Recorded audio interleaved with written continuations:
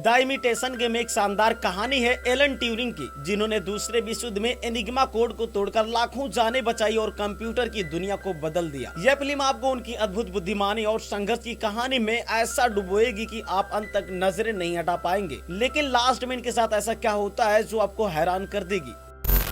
तो कहानी शुरू होती है 1951 मैनचेस्टर इंग्लैंड में। MI6 मुख्यालय ने एक मैसेज सुना कि एलन ट्यूरिंग के घर में डकैती हो गई है। एलन अब कैम्ब्रिज में प्रोफेसर है। पुलिस चोरी के बारे में पूछताछ करने के लिए उनके घर पहुंचती है। एलन उनसे ठीक से बात नहीं करते, इसलिए पुलिस को लगता है कि वो कुछ छिपा रहे हैं। उसके बाद कहानी फ्लैशबैक में आती है। सितंबर 1939 में लंदन में युद्ध की घोषणा की गई और 80,000 बच्चों को बचा करके ट्रेन से लाया जाता है। ट्रेन में 27 वर्षीय एलन एक बच्चे को क्रॉसवर्ड पहेलियां हल करते हुए देखते हैं। एलन बैचले पार्क पहुंचते हैं, जहां रॉयल नेवी के अधिकारी होते हैं। वह कमांडर डेनिस्टन के कार्यालय में इंतजार करते हैं। जब कमांडर आता है तो एलन एकदम सीरियस होकर बैठा रहता है। कमांडर पूछता है कि एलन सरकार के लिए क्यों काम करना चाहता है। एलन कहता है कि वह ऐसा नहीं चाहता है, जिससे कमांडर गुस्से से कहता है कि यह अब तक का सबसे छोटा इंटरव्यू हो सकता है। एलन बताता है कि वह जर्मन नहीं बोलता, लेकिन वह दुनिया के सबसे अच्छे गणितज्ञों में से एक है। वह जर्मन कोड को पहेलियों की तरह मानता है, जिन्हें सुलझाने में उससे मजा आता है। कमांडर अपने सचिव से कहता है कि एलन को बाहर ले जाया जाए। तभी एलन एनिग्मा का जिक्र करता है, जिससे पता चलता है कि उसे उस गुप्त कार्यक्रम के बारे में जानकारी है जिसके लिए उसका इंटरव्यू हो रहा है। एनिग्मा एक ऐसी मशीन है जिससे जर्मन वाले मैसेज भेजते थे कि कहां पर अटैक करना है। एलन बताते हैं कि एनिग्मा इतिहास की सबसे कठिन कोडिंग मशीन है और अगर इस कोड को तोड़ लिया जाए तो युद्ध खत्म किया जा सकता है। कमांडर कहता है कि सब मानते हैं कि एनिग्मा तोड़ी नहीं जा सकती। एलन कहता है कि उसे आजमाने दो, तब पता चलेगा। एलन का स्वागत एनिग्मा टीम में किया जाता है, जिसमें पीटर हिल्टन, जॉन केयरसन क्रॉस, ह्यू अलेक्जेंडर, कीथ पुरमैन और चार्ल्स रिजल्ट शामिल हैं। उनके पास बर्निल से लाई गई एक असली एनिग्मा मशीन है, लेकिन वे संदेशों को डिकोड करने के लिए मशीन की सेटिंग नहीं जानते। हर रात जर्मन सेटिंग बदलते हैं। हर सुबह 6 बजे पहला संदेश पकड़ा जाता है और कोड तोड़ने वालों के पास कोड बदलने से पहले इसे क्रैक करने के लिए केवल 18 घंटे होते हैं। ह्यूग, जो शतरंज चैंपियन है, यह गणना करता है कि हर दिन 159 मिलियन संभावनाएं होती हैं। एलन टीम के साथ काम करने में हिचकिचाता है। MI6 के प्रमुख स्टुअर्ट मैनजिस उन्हें बताते हैं कि पिछले कुछ मिनटों में 4 लोग मारे गए हैं, क्योंकि कोड ठीक से नहीं टूटा, और उन्हें काम शुरू करने का आदेश देते हैं। एलन का कहना है कि सभी संदेश हवा में है और किसी को भी पकड़ने के लिए समस्या यह है कि वह कोडेड है और इन्हें सुलझाने के लिए 159 मिलियन संभावनाएं हैं। हर चीज को आजमाने में 20 लाख साल लगेंगे। टीम लंच ब्रेक लेना चाहती है, लेकिन जब वो एलन को बुलाते हैं तो उसकी अजीब व्यवहार उन्हें निराश करता है, इसलिए वो उसके बिना चले जाते हैं। एलन अकेले अपना काम जारी रखता है और एक मशीन के लिए योजना बनाता है। उसके बाद कहानी फिर से 1951 में आती है, जहां जासूस रॉबर्ट नाग को पता चलता है कि एलन की रिकॉर्ड गोपनीय है। वह समझ नहीं पाता है कि एक गणित प्रोफेसर के रिकॉर्ड गोपनीय क्यों होंगे, और उसे शक होता है। वह एक दस्तावेज को गलत साबित करने के लिए टाइपराइटर का उपयोग करता है, जिससे उसे एलन की रिकॉर्ड देखने का मौका मिलता है। फिर कहानी 1939 में आती है। एलन ने कमांडर डेनिस्टन से शिकायत की कि ह्यू अलेक्जेंडर, जो अब इंचार्ज है, एक मशीन बनाने के लिए आवश्यक धन देने से मना कर देता है। कमांडर डेनिस्टन ने कहा कि दूसरे कोड तोड़ने वाले लोग एलन के साथ काम करना पसंद नहीं करते और उसे किसी और से शिकायत करनी चाहिए। एलन ने सुझाव दिया कि वह सभी को निकाल दे और उनकी जगह मशीन के लिए पैसे का इस्तेमाल करे। एलन ने कहा कि उसे सिर्फ 85 लाख रुपए की जरूरत है, क्योंकि केवल एक मशीन ही दूसरी मशीन को हरा सकती है। एलन ने पूछा कि कमांडर का बॉस कौन है, और उसे बताया गया कि उसका नाम विंस्टन चर्चिल है। इसके बाद एलन ने स्टुअर्ट मैनजिस के माध्यम से प्रधानमंत्री चर्चिल को एक पत्र भेजा। चर्चिल ने ह्यू अलेक्जेंडर को नजरअंदाज करते हुए एलन को इस काम को करने के लिए नया इंचार्ज बना दिया। एलन ने तुरंत अपने 2 साथियों कीथ और चार्ल्स को नौकरी से निकाल दिया, यह कहते हुए कि वह खराब कोड ब्रेकर है। उसके बाद फ्लैशबैक 1928 में हम देखते हैं, जब एलन स्कूल में था, उसे एक आदत के कारण तंग किया जाता था। वह दोपहर के भोजन में गाजर और मटर को अलग रखता था। उसके साथी उस पर खाना फेंकते हुए उसे फर्श के नीचे दबा देते थे। एलन का कहना है कि क्या आप जानते हैं कि लोग हिंसा क्यों पसंद करते हैं? क्योंकि यह अच्छा लगता है। लोग हिंसा से संतुष्ट होते हैं, लेकिन अगर संतुष्टि ना हो तो यह बेकार हो जाती है। जब एलन फर्श के नीचे चुपचाप रहता है तो दूसरे बच्चे उसे छोड़ देते हैं। क्रिस्टोफर कहता है कि बच्चों ने एलन को इसलिए पीटा क्योंकि वह अलग है। एलन कहता है कि वह अजीब है। क्रिस्टोफर उससे कहता है कि कभी कभी वही लोग जो अलग होते हैं ऐसा काम कर जाते हैं जिनकी कोई कल्पना भी नहीं कर सकता। एक बार फिर से हम 1939 में देखते हैं। कर्मचारियों की कमी के कारण टीम ने अखबारों में एक कठिन क्रॉसवर्ड पहेली डालकर नए सदस्यों को खोजने का फैसला किया। जो कोई भी इसे हल कर सके वह एक अच्छा उम्मीदवार माना जाएगा। युद्ध जारी था और कई लोग बम शेल्टर में छुपे हुए थे। कुछ ही लोग पहेली को सुलझाने में सफल हुए और उन्हें परीक्षा देने के लिए बुलाया गया। एक युवा महिला जॉन क्लार्क देर से पहुंची क्योंकि उसकी बस का टायर पंचर हो गया था। जब वो आई तो लोग सोचने लगे कि वह गलत कमरे में है। उसने बताया कि उसने क्रॉसवर्ड पहेली हल कर ली है। एलन ट्यूरिंग ने उसे बैठने को कहा और एक बहुत ही कठिन पहेली को 6 मिनट में हल करने का काम दिया, जिसमें एलन को 8 मिनट लगे थे। जॉन ने इसे 5.5 मिनट में हल कर दिया, जिससे सभी हैरान हो गए। जॉन और एक अन्य व्यक्ति को बाद में रखा गया और उन्हें कहा गया कि उन्हें जो भी बताया जाएगा उसे किसी से साझा नहीं कर सकते, अन्यथा उन्हें राजद्रोह के लिए मार दिया जाएगा। उन्हें आदेश दिया गया कि वे अपने काम के बारे में सभी से झूठ बोलेंगे। जब जॉन ने पूछा कि वे क्या करने वाले हैं तो उन्हें बताया गया कि वे नाजी कोड को तोड़कर युद्ध को जीतने वाले हैं। फिर हम देखते हैं बचपन के दिनों में एलन की मुलाकात क्रिस्टोफर नाम के एक लड़के से होती है, जो उसके साथ कोड और सिपर पर एक किताब साझा करता है। एलन को यह दिलचस्प लगता है कि लोग बातचीत में भी गुप्त संदेश छिपाते हैं, जैसे कोड में। फिर कहानी 1940 में जाती है और बैचलर पार्क में एक सुपर कंप्यूटर लगाया जा रहा है। एलन परेशान है क्योंकि जॉन नहीं आई है। वह जॉन के घर जाता है और उसके माता पिता को समझाने की कोशिश करता है कि वह रेडियो फैक्ट्री में कितनी ज्यादा जरूरी है। जॉन घर आती है और एलन से अकेले में बात करती है, लेकिन उसके माता पिता सुन रहे होते हैं। जॉन बताती है कि उसके माता पिता के हिसाब से उनके लिए पुरुषों के बीच में काम करना और रहना ठीक नहीं है। एलन जोर देकर सुझाव देता है कि वह महिलाओं के साथ काम कर सकती है, हालांकि वह वास्तव में ऐसा नहीं करेगी, लेकिन वह सुझाव उसके माता पिता को संतुष्ट करता है और जॉन एलन के साथ चलने के लिए तैयार हो जाती है। जॉन सोचती है कि एलन उसकी मदद करने के लिए इतना ज्यादा उत्सुक क्यों है। एलन जवाब देता है कि कभी कभी वही लोग जिनके बारे में आप सोच भी नहीं सकते ऐसा कर जाते हैं जिनकी कोई कल्पना भी नहीं कर सकता। फिर हम देखते हैं 1951 में डिटेक्टिव नॉक ने सुपरवाइजर स्मिथ को बताया कि एलन की गुप्त सैन्य फाइल खाली है, उनके रिकॉर्ड ही नहीं है, किसी ने उन्हें जलाकर खत्म कर दिया है। नॉक को शक है कि एलन सोवियत जासूस हो सकता है। फिर हम कहानी 1940 में देखते हैं। जॉन एक कलर के रूप में बैचलर पार्क में आती है। एलन बताता है कि ब्रिटिश लोग भूख से परेशान थे। हर हफ्ते अमेरिकी 1 लाख टन खाना भेजते थे, लेकिन जर्मन उसे समुद्र में डुबो देते थे। हर रात आधी रात को एक घंटी बजती थी जो बताती थी कि दिन का सारा काम बेकार हो गया है, क्योंकि कोड फिर से बदल जाता था। इससे निराश होकर ह्यू एलन से मिलने जाता है और उसकी मशीन के साथ छेड़छाड़ करता है। पूरी फिल्म में इस मशीन को क्रिस्टोफर कहा जाता है, जिसका नाम एलन के बचपन के दोस्त के नाम पर रखा गया है। ह्यू गुस्से में मशीन को तोड़ने के लिए रिंच उठा लेता है, लेकिन बाकी के लोग उसे रोक लेते हैं। ह्यू कहता है कि यह मशीन बेकार है और दूसरे तरीके हैं जिनसे वो युद्ध में मदद कर सकते हैं। पीटर बताता है कि उसके भाई और चचेरे भाई युद्ध में लड़ रहे हैं और वे मशीन के कारण कुछ भी हासिल नहीं कर पा रहे हैं। एलन फिर भी इस बात पर अड़ा रहता है कि मशीन काम करेगी। बाद में एलन झोपड़ी में अकेला होता है। वह एनिग्मा संदेशों का एक ढेर उठाता है और उन्हें अपने मोजे में छिपा लेता है। वह चौकी पर गार्डों की नजरों से बच निकलने में सफल हो जाता है। वह जॉन के घर में चुपचाप घुसता है और उसकी खिड़की से अंदर चला जाता है। एलन ने जॉन को डिक्रिप्ट एनिग्मा संदेश दिखाए जो नाजी हाई कमान से आए थे और जिनमें मौसम रिपोर्ट के साथ हील हिटलर लिखा था। जॉन और एलन क्रिस्टोफर और डिजिटल कंप्यूटर की अवधारणा के बारे में बात करते हैं। इस प्रकार एलन और जॉन मिलकर अपने काम को आगे बढ़ाते हैं, यह साबित करने के लिए कि उनकी मशीन युद्ध में महत्वपूर्ण भूमिका निभा सकती है। अगले दिन एलन झोपड़ी में आता है और देखता है कि सैन्य पुलिस उसकी टेबल की तलाशी कर रहे हैं, जबकि बाकी कोड तोड़ने वाले देख रहे हैं। कमांडर डेनिस्टन बताते हैं कि बैचलर पार्क में एक जासूस है और उन्हें लगता है कि यह उनमें से एक है। कमांडर एलन को एक टेलीग्राम दिखाते हैं जिसे मास्को जाते समय रोका गया था और उसमें एक महत्वपूर्ण संदेश छिपा हुआ था। उन्हें एलन पर शक है क्योंकि वह घमंडी है, उसका कोई दोस्त या रोमांटिक रिश्ता नहीं और वह अकेले रहता है। कमांडर डेनिस्टन कहते हैं कि अब उन्हें एलन को नौकरी से निकालना नहीं पड़ेगा। अगर वह पकड़ा गया तो उसे देशद्रोह के आरोप में फांसी दी जाएगी। जॉन एलन का स्वागत करती है जो क्रिस्टोफर पर काम कर रहा है और उसे खुश करने के लिए बियर हट में ले जाती है। ह्यू, जॉन और पीटर झोपड़ी में आते हैं और जॉन उसके प्रति दोस्ताना व्यवहार करती है। वह एलन को निजी तौर पर बताती है कि वह एक महिला है जिसे पुरुषों जैसा व्यवहार नहीं मिलता। वह कहते हैं कि इससे कोई फर्क नहीं पड़ता कि वह कितना स्मार्ट है। एनिग्मा ज्यादा होशियार है और एलन को हर संभव मदद की जरूरत है, लेकिन अगर उसकी टीम उसे पसंद नहीं करती है तो वह उसकी मदद नहीं करेंगे। अगली बार जब एलन अपनी टीम को उनकी कार्यशाला में देखता है तो जॉन के सुझाव पर वह उनके लिए सेब लाता है। फिर वह एक चुटकुला सुनाने की भी कोशिश करता है ताकि दोस्ती कर सके। इस तरह एलन अपनी टीम के साथ बेहतर संबंध बनाने और एनिग्मा कोड को तोड़ने के लिए मिलकर काम करने की कोशिश करता है। फिर फ्लैशबैक में हम देखते हैं क्रिस्टोफर एलन को एक नोट देते हुए पकड़ा गया है। नोट स्पष्ट न होने के कारण शिक्षक उनका मजाक उड़ाते हैं, जो नहीं जानते हैं कि यह इनक्रिप्टेड है। एलन इसे कूड़े से निकालता है और बाद में कोड को तोड़ता है जिसमें लिखा था 2 लंबे हफ्तों में मिलते हैं सबसे प्यारे दोस्त, क्योंकि उस समय स्कूल में छुट्टी चल रही थी। फिर से हम 1941 में देखते हैं बैचलर पार्क में जॉन और एलन कोड को सॉल्व कर रहे हैं। तभी ह्यू अलेक्जेंडर पास आता है और एलन को बताता है कि यदि वो क्रिस्टोफर पर तिरछे तारों को चलाते हैं तो वे रोटर की स्थिति 500 गुना तेजी से खत्म कर देंगे। एलन इस विचार का उपयोग करता है और मशीन चालू हो जाती है। यह पहला डिजिटल कंप्यूटर है। वह देखने के लिए इंतजार कर रहे हैं कि क्या यह एनिग्मा की पहेली को सुलझा सकता है। उसके बाद डेनिस्टन के कार्यालय में उन्हें बताया गया कि मशीन कोई परिणाम नहीं दे रही है। वह झोपड़ी में एलन के पास आता है। एलन जो उसे बाहर रखने की कोशिश करते हुए दरवाजे पर बैरिकेड लगा देता है। वे जबरदस्ती दरवाजा खोलते हैं और मशीन को बंद कर देते हैं। कमांडर डेनिस्टन ने उसे बताया कि उसकी मशीन काम नहीं करती क्योंकि उसने एनिग्मा को नहीं तोड़ा है। डेनिस्टन के गृह कार्यालय के सहयोगी इस बात से परेशान है कि उन्होंने 85 लाख रुपए खर्च किए हैं और उन्हें के पास दिखाने के लिए कुछ भी नहीं है। एलन अपनी मशीन का बचाव करने की कोशिश करता है, लेकिन उसने एक भी जर्मन संदेश को डिक्रिप्ट नहीं किया है, इसीलिए कमांडर उसे निकाल देता है। लेकिन ह्यू, जॉन और पीटर उसे रोक देते हैं, जो कहता है कि अगर वह एलन को निकालता है तो उन्हें भी निकालना होगा, क्योंकि उनका मानना है कि उसकी मशीन काम करती है। ह्यू ने कमांडर को याद दिलाया कि उनका ब्रिटेन में सबसे अच्छा क्रिप्टोग्राफी दिमाग है और 6 महीने और दिए जाने के लिए कहते हैं। कमांडर डेनिस्टन एक और महीने का समय देते हैं और वहाँ से चले जाते हैं। उसके बाद हम देखते हैं बियर झोपड़ी में ह्यू ने एलन को बताया कि उसने एनक्रिप्टेड मैसेज को क्रैक कर लिया है, मांगो और तुम्हें दिया जाएगा, खोजो और तुम पाओगे। फिर हम 1951 में देखते हैं डिटेक्टिव नॉक और सुपरिंटेंडेंट स्मिथ को एक सार्जेंट ने बताया कि उन्होंने पता लगा लिया है एलन एक समलैंगिक है। उसे एक पुरुष तस्कर के साथ पकड़ा गया है जिसने बाद में उसका घर लूट लिया। यह वह जानकारी थी जिसे वह पुलिस से छिपा रहा था, न कि यह कि वह कोई जासूस है। जासूस को यकीन है कि एलन कुछ और छिपा रहा है, इसलिए वह उसे गिरफ्तार करने के लिए कहता है ताकि वो उससे पूछताछ कर सके। फिर हम 1941 में देखते हैं जॉन एलन के घर आती है। एलन अपने फ्लैट में गणित का सवाल हल कर रहा है ताकि क्रिस्टोफर 18 घंटे के ब्लॉक में ज्यादा सेटिंग पर काम कर सके। जॉन एलन को रोककर बताती है कि उसे घर पर लौटना है। उसके माता पिता उससे नाखुश हैं क्योंकि वो 25 साल की हो गई है और अब तक उसकी शादी नहीं की गई। एलन सुझाव देता है कि वह शादी कर ले। जॉन को लगता है कि वह ह्यू या पीटर की बात कर रहा है, लेकिन एलन खुद से शादी का प्रस्ताव दे रहा होता है। वह बिजली के तार की एक अंगूठी बनाकर जॉन को प्रस्ताव देता है। उसके बाद बियर हट में सगाई की पार्टी है। जॉन ह्यू के साथ नृत्य कर रही है। इस बीच जॉन केर्नेस क्रॉस उदास एलन से बात करता है। एलन बताता है कि वह समलैंगिक है। जॉन सहानुभूति दिखाता है और कहता है कि उसे पहले से ही शक था। जॉन एलन को इसे गुप्त रहने के लिए सलाह देता है क्योंकि समलैंगिकता अवैध है। इसके अलावा डेनिस्टन उसे हटाने का बहाना ढूंढ रहा है। इधर हम देखते हैं स्कूल में सभी छुट्टी से लौटते हैं। युवा एलन आई लव यू संदेश को एनक्रिप्ट करता है और इसे क्रिस्टोफर को देने की तैयारी करता है, लेकिन क्रिस्टोफर कभी नहीं आता है। इधर 1951 में डिटेक्टिव नॉक एलन से पूछताछ करता है। जासूस ने पूछा क्या मशीनें सोच सकती हैं? एलन ने जवाब दिया, आपने मेरे लिखा हुआ काम जरूर पढ़ा होगा। एलन पर आरोप था कि उसने एक आदमी को अपने लिंक को छूने के लिए कहा। एलन कहता है कि मशीनें इंसानों की तरह नहीं सोच सकती, लेकिन अगर कोई चीज आपसे अलग सोचती है तो इसका क्या मतलब है कि वह सोच ही नहीं रही है। वह जासूस से कहता है कि हम इंसानों को एक दूसरे से अलग सोचने की अनुमति देते हैं। आपको स्ट्रॉबेरी पसंद है, मुझे आइस स्केटिंग से नफरत है। आप दुखद फिल्मों पर रोते हैं, मुझे फूलों से एलर्जी है। अलग अलग पसंद का मतलब कि हमारा दिमाग अलग अलग तरह से काम करता है, हम अलग सोचते हैं। अगर हम एक दूसरे के लिए ऐसा कह सकते हैं तो ताबे, तार और स्टील से बने दिमागों के लिए ऐसा क्यों नहीं कह सकते? जासूस उसे द इमिटेशन गेम पेपर के बारे में पूछता है। एलन बताता है कि यह एक परीक्षण है जिससे यह निर्धारित होता है कि कोई चीज मशीन है या इंसान है। जासूस पूछता है कि उसने युद्ध के दौरान क्या किया। एलन कहता है कि वह रेडियो फैक्ट्री में काम करता था। जासूस नाग को लगता है कि यह सच नहीं है। फिर हम 1942 में देखते हैं एलन और उनकी टीम क्रिस्टोफर के कोड को सुलझाने का इंतजार कर रही थी, लेकिन आधी रात को मशीन का बजर बजा। मशीन 18 घंटे की समय सीमा में इतने सारे विकल्पों को नहीं देख सकती थी। उसके बाद हम देखते हैं बियर हट में जो उनकी दोस्त हेलन ह्यू की तारीफ कर रही थी। ह्यू एलन के साथ हेलन के पास आया। ह्यू ने हेलन को प्रभावित करने के लिए कहा कि एलन का मानना है कि पुरुष और महिलाएं साथ काम नहीं कर सकते क्योंकि इससे प्यार हो सकता है, लेकिन ह्यू खुद मानता है कि महिलाएं होशियार होती है और उन्हें बराबरी का दर्जा मिलना चाहिए। हेलन कहती है कि वह एलन की बात से सहमत है क्योंकि उसे एक पुरुष साथी पसंद आ गया है। जब ह्यू ने और पूछा तो हेलन ने बताया कि वह एक जर्मन रेडियो टावर में संदेश सुनती है और उसे एक साथी मिला है। वह कहती है कि वह उससे प्यार करने लगी है, लेकिन उसकी एक गर्लफ्रेंड है। ह्यू हेलन को बार में ले गया। एलन सोच में पड़ गया और फिर हेलन को बुलाया। उसने पूछा कि उसे कैसे पता चला कि उसकी गर्लफ्रेंड है। हेलन ने कहा कि हर संदेश CILLY से शुरू होता है जो उसे उस आदमी से प्यार करने का नाम लगता है। एलन ने बताया कि जर्मनों को हर संदेश के लिए कोई भी 5 अक्षर चुनने के लिए कहा गया था, लेकिन वह प्यार में होने के कारण हर बार उन्हीं 5 अक्षरों का उपयोग कर रहा था। एलन ने कहा कि प्यार ने पूरे युद्ध में जर्मनी को हरा दिया। इतना सुनते ही एलन भागने लगता है। हर कोई एलन का पीछा करता है क्योंकि वो बैचले पार्क के गार्ड और सुरक्षा चौकियों को पार करता है। वे उसकी झोपड़ी में घुसते हैं और एलन पहले से डिक्रिप्ट किए गए संदेश निकालता है। वह बताते हैं कि क्रिस्टोफर को हर संभव सेटिंग में खोज करने की जरूरत नहीं है। कंप्यूटर उन शब्दों को खोज सकता है जो उससे पता होते हैं। उन्हें पता चलता है कि सुबह 6 बजे की मौसम रिपोर्ट हील हिटलर के साथ समाप्त होती है। वे क्रिस्टोफर को मौसम, हील और हिटलर शब्दों की खोजने के लिए कहते हैं। वे सुबह 6 बजे के संदेश पर इसका परीक्षण करते हैं। क्रिस्टोफर रुकता है। वे उससे निकलने वाले अक्षरों को लेकर एनिग्मा मशीन पर वापस जाते हैं। वे एक संदेश को डिकोड करने में सफल होते हैं। उन्होंने कोड करेक्ट कर लिया है। टीम रात भर काम करती है। वे संदेशों को डिकोड करते हैं और उनका अनुवाद करते हैं। अब वो एक नक्शा बनाने में सक्षम है जो एक्सिस जहाजों की तुलना में उनके सभी जहाजों की स्थिति दिखाता है। जॉन बताते हैं कि दुनिया में केवल 5 लोग हैं जो अटलांटिक में हर जगह की स्थिति जानते हैं। जॉन को पता चलता है कि एक ब्रिटिश यात्री काफिले पर हमला होने वाला है क्योंकि वह 20 मिनट की दूरी पर है। ह्यू डेनिस्टन को चेतावनी देने के लिए फोन करने की कोशिश करता है, लेकिन एलन उसे रोकता है और फोन को दीवार से पटक कर फोड़ देता है। हर कोई बहस करने लगता है। एलन बताते हैं कि उन्हें यू बोटों को काफिलों को डुबोने देना होगा, नहीं तो जर्मन वालों को पता चल जाएगा कि उन्होंने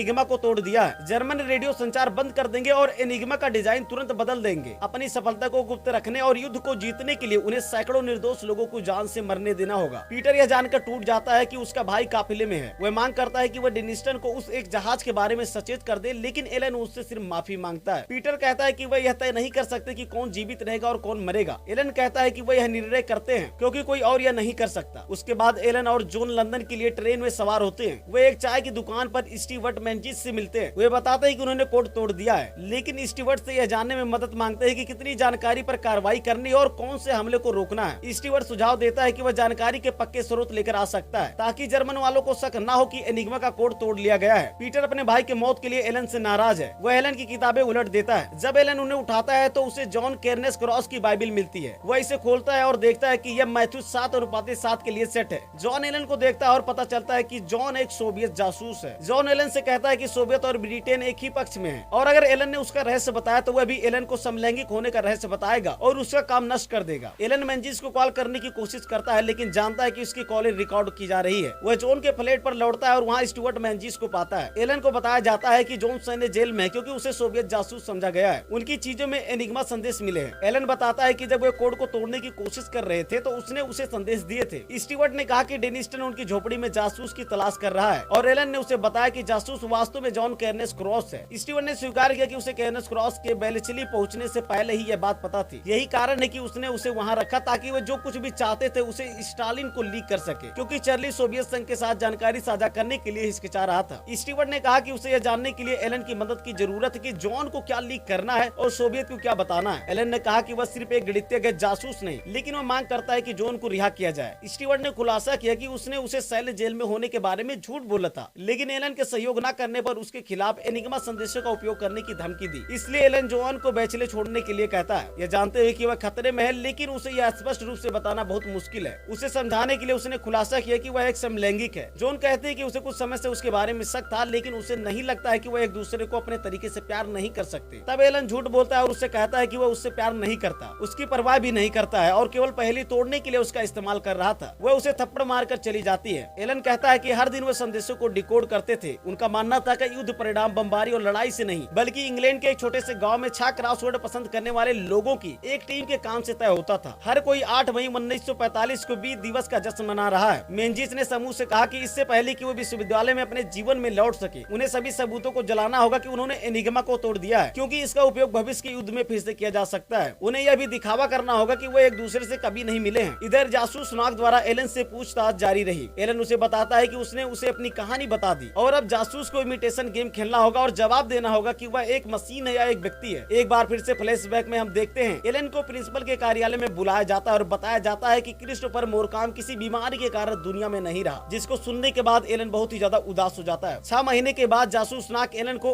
अभद्रता के लिए सजा सुनाते हैं। जॉन जो एलन के घर आई है उसे जेल से बाहर रहने के लिए गवाही देने का अवसर देती है। एलन को एक विकल्प दिया गया है, 2 साल की जेल या साप्ताहिक हार्मोनल थेरेपी जो उसकी समलैंगिक प्रवृत्ति को कम कर सकती है। वह कहता है कि यदि उसे जेल में रखा गया तो वह उसके साथी को नष्ट कर देगा। उसे गहराई से चिंता होती है और वह जॉन की ओर देखता है। जॉन उसे पुरानी दिनों के बारे में याद दिलाती है और एक क्रॉसवर्ड पहेली बनाने के लिए कहती है, लेकिन एलन की मानसिक स्थिति के कारण वह उससे कुछ भी नहीं कर पाता है। जॉन उसे बताते हैं कि वह कितने यूनिक है, कितने महान है। वह एक ट्रेन में सवार होती है जो उसे एक अनजान शहर ले जाती है जो एलन के बिना मौजूद नहीं होता। वह एक ऐसे व्यक्ति से टिकट खरीदती है जो शायद उससे पहले मौजूद नहीं होता। वह खुश है कि वह समान रूप से पैदा नहीं हुआ। जॉन कहती है दुनिया आज एक बेहतर जगह है क्योंकि आप सामान नहीं है, क्योंकि सामान न होने के कारण ही एलन ने उस मशीन को बना पाया था। 1953 में एलन अपने घर में अकेला है और क्रिस्टोफर उसके सुपर कंप्यूटर और जीवन के प्यार को देखता है। वह लाइटें बंद कर देता है। एनिग्मा को तोड़ने की दिशा में सभी सबूतों को जलाने वाले 6 क्रिप्टोलॉजिस्ट के फ्लैशबैक में दिखाया जाता है और लास्ट में लिखा जाता है, सरकार द्वारा अनिवार्य हार्मोनल थेरेपी के 1 वर्ष के बाद एलन ने 1954 में खुद को मार डाला। तो वीडियो को यहीं पर लाइक करके चैनल को सब्सक्राइब कर लीजिए। फिर मिलते हैं एक नेक्स्ट वीडियो के साथ, तब तक के लिए बाय बाय।